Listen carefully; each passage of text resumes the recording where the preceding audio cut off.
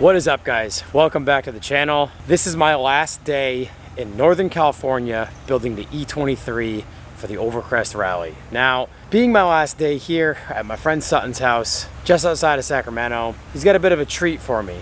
And today I'm not just riding into work with him, I'm driving. And the car I'm driving is a car I've driven before, but it's quite special.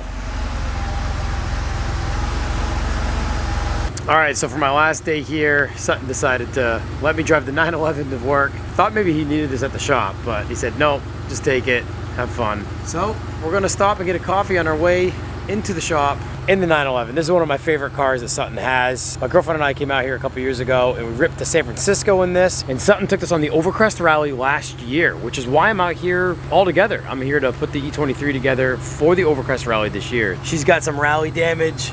Now, you guys know I'm an air-cooled nerd, so it's obvious I love 911s, and this one is just so sick. So let's get loaded up, let's go get a coffee, and let's rip this thing about 45 minutes south of Sacramento into farm country where Sutton's shop is in Walnut Grove.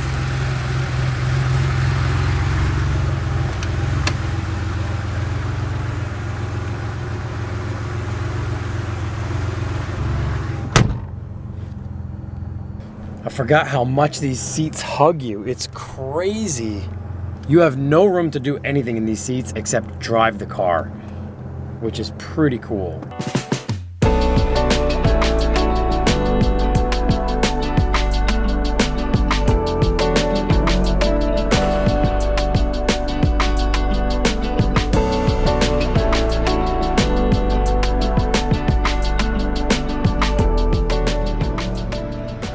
Quick stop at Starbucks.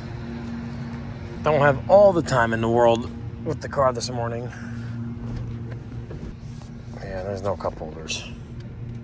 Of course there's no cup holders.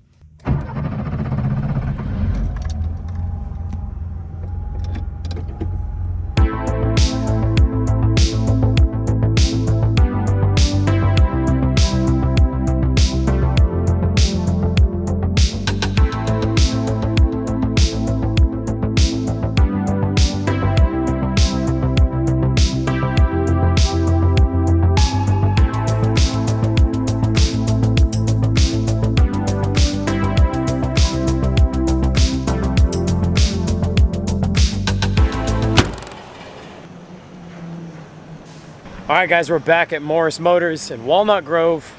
Had an awesome rip into town, or out of town technically, in the 911. Man, I really wish I'd gotten on the boat with those things before they got insanely expensive. They're really cool. I really like them.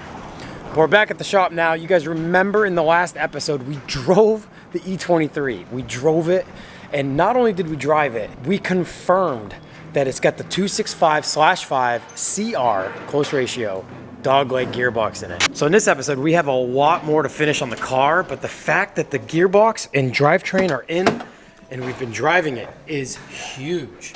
In the first episode of this series, I broke down what a dogleg gearbox is. So if in the last few episodes you've been watching and we haven't really explained it, a dogleg gearbox is a motorsport inspired gearbox. And if you're sitting on the left-hand side of the car like we are here, over to the left and down to you is first gear. And the reason for that is that they put second gear and third gear in line with each other, so you don't have to cross patterns to get from second to third, because second and third gear are the two gears you're using most on a road course or on a racetrack.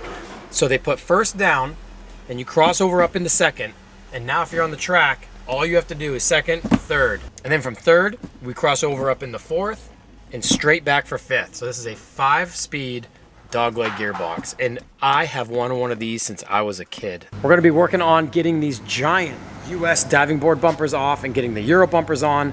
The Euro bumpers aren't perfect, but they're here and we have them, so we're going to use them. The rear bumper valance has a lot of rust in it, but we're going to use it nonetheless since it's going to totally transform this car. And we have wheels too. We're going to be putting some wheels on it. I haven't told you guys what we're doing yet.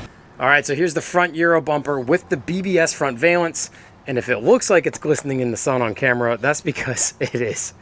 And this silver spray paint had far more flake and metallic in it than I was really hoping.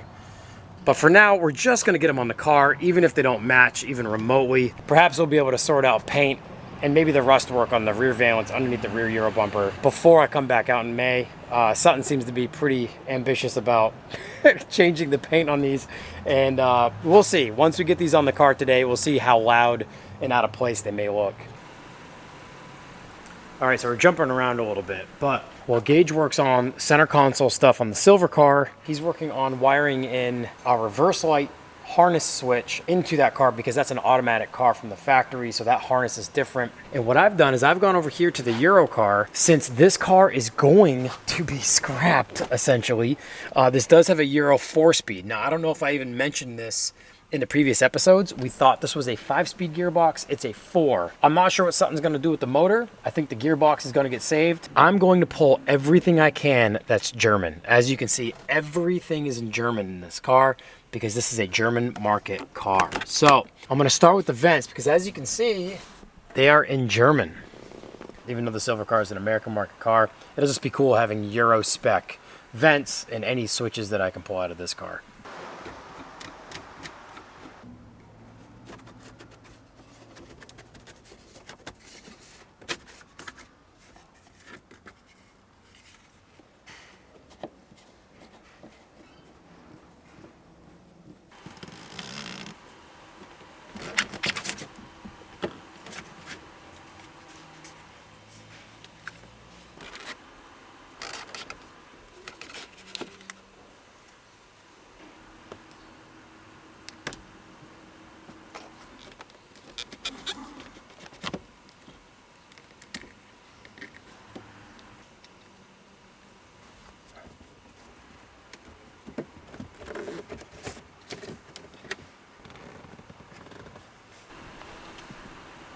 All right, guys, well, we got all of the German market vents and headlight and fog light switches pulled from the Euro E23. I mean, it might just be me, but I just nerd out about this stuff. If it's made out of foam. Yeah. So that was different back then.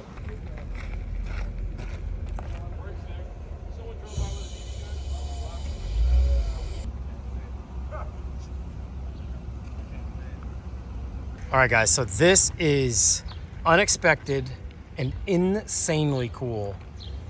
This is a 500 SEC C126 pre-merger AMG.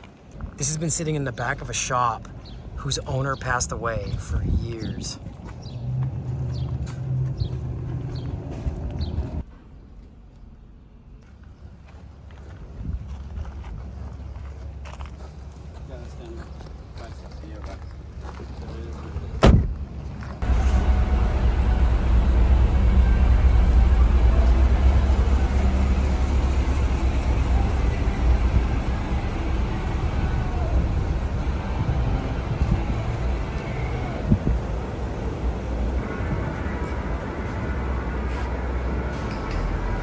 All right, well, Gage has been working on getting the interior put back together, and it's actually looking like a car again. Got the center console in. We've actually got the original black trimmed center console, the forward center console in. Now it's a manual. Kick panel is gonna go in next. It's crazy to see 3 pedals underneath that steering column.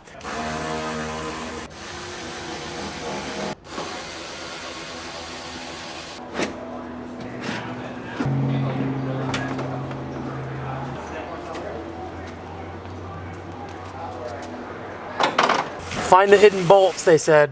Oh, there's hidden bolts in there? Oh yeah, because that US trim has to come off, and there's a tiny little stud in here. And they made the stud super long, so you gotta back the nut off forever. I love this.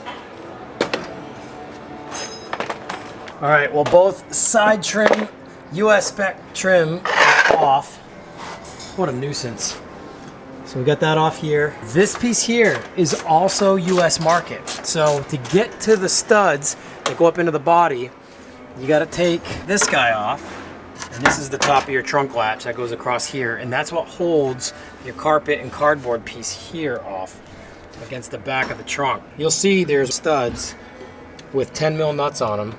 And if you take those off, this whole trim piece will come out. Now that we're going to Euro bumper on the rear, we can throw this in the bin.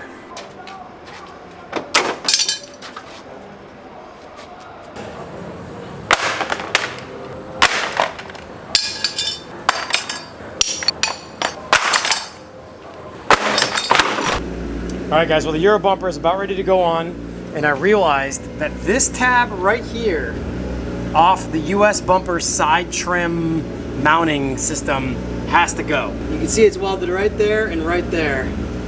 So I'm just gonna take it right in line with the back of the fender.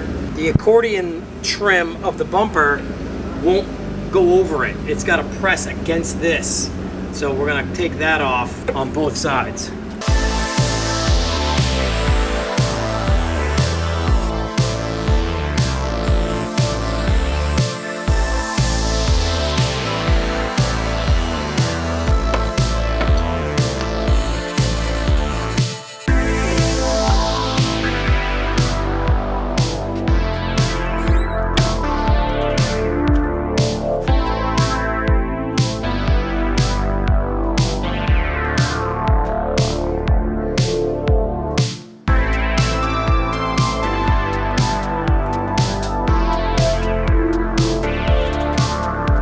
I got everything from underneath unbolted for the front bumper. So there's 2 vertical bolts that go in from underneath, some side bolts for the trim, this awful US spec trim. That's all unhooked. Outside temp sensor is unplugged right here.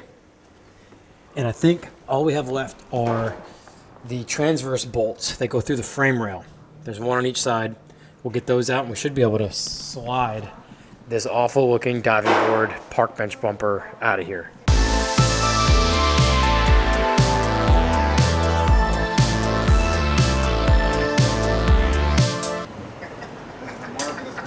All right, well, the guys got crazy with trying to get that kidney nose straightened back out again. That worked out higher up. So something brought the ML in and they're using that as an anchor point. Yeah, driver's side's definitely better. All right, so I wish I had taken time to show just how bad this was before, but Mike and Gage just went down a rabbit hole, and I mean, that is so much better than it was before. Excellent work. Now when you look out from the driver's seat, you're not looking at that clip folded up. All right, guys, so here are the wheels we're putting on the E23, and some of you may recognize them. They're the wheels that came on my 635 CSI. Now, although they didn't really come on the 635 CSI, they were on it when I acquired the car from my friend Nick, whose father had passed away. These are 16x8 1000 Miglia dyed ears. And this is actually the first set I've ever seen in person, although I have seen photos of them before. They're a pretty rare wheel, especially in 16x8. These are made in Italy. 1000 Miglia started in, I believe, 1971. I knew they were gonna be the perfect fit for the E23, not just because they're the right bolt pattern, they're the right size and specs, but that they're a pretty rare European motorsport wheel. Just to get some in super fast for the rally, I just got some Accelera 225/50 all seasons because we will be hitting some dirt roads in southern Utah, more than likely, and perhaps some rain once we get back to Tennessee. But here's the deal, guys. I am not refinishing these, at least not yet. The patina on these wheels and the paint fade perfectly matches the E23.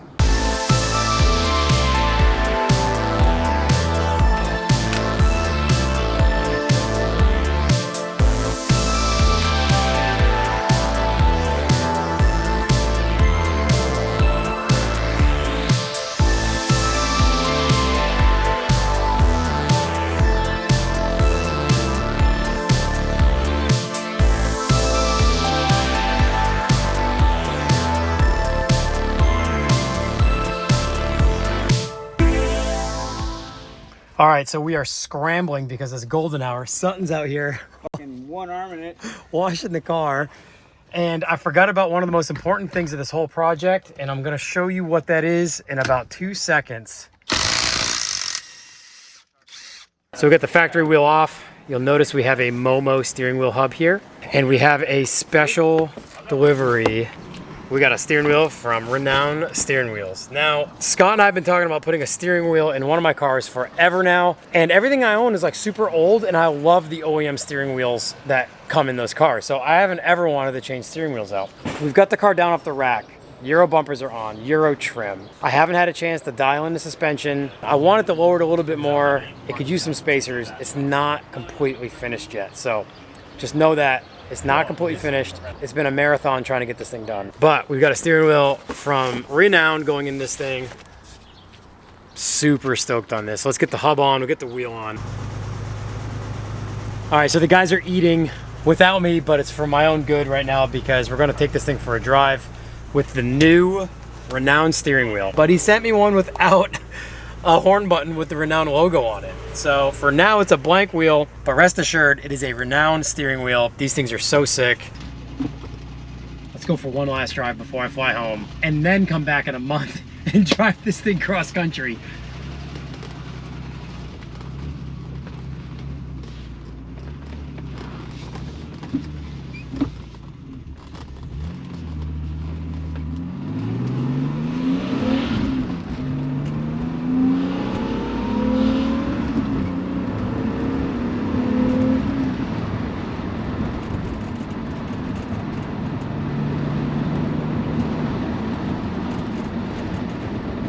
Man, driving this car as a dogleg gearbox will never, ever get old.